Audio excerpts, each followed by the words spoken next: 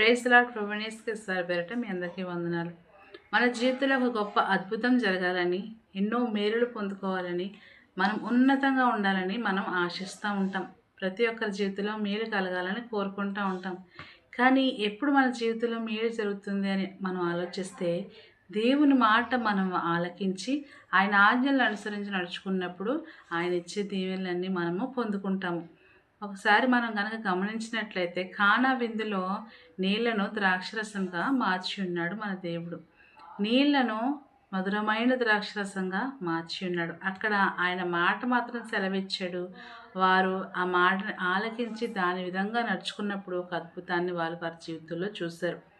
రాత్రంతా చేపలు పడదామని ప్రయత్నించిన ఒక్క చేపైనా పడినప్పుడు యేసుప్రభు వారు ఒక్క మాట చేత ఆ సముద్రంలో ఉన్న గొప్ప చేపలన్నీ వలలు పగిలిపోయేంత గొప్ప ప్రవాహమైన గుంపును అక్కడ ఆయన దయచేశారు.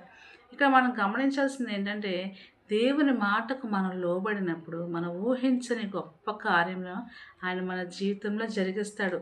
మనం ఆశపడ్డం కాదు కానీ మన విశ్వాసం ఉంచి ఆయన మాటల మీద మనం ఆనుకొని మనం నడిచినప్పుడు ఆయన మన జీవితంలో గొప్ప కార్యాలు చేస్తాడు. మనం ఊహించినటువంటి గొప్ప మేలులు మనం పొందుకుంటాం. అనేక మందికి సాక్షులుగా మనము నిలవబడతాం. అందుకే మాట వినుట బలులు ఇచ్చుట కంటే శ్రేష్టమని వాక్యం సెలవిస్తుంది. దేవుని మాటకి లోబడదాం. ఆయన ఇచ్చే మేలులు పొందుకొని ఆయన్ను మహిమపరచుదాము.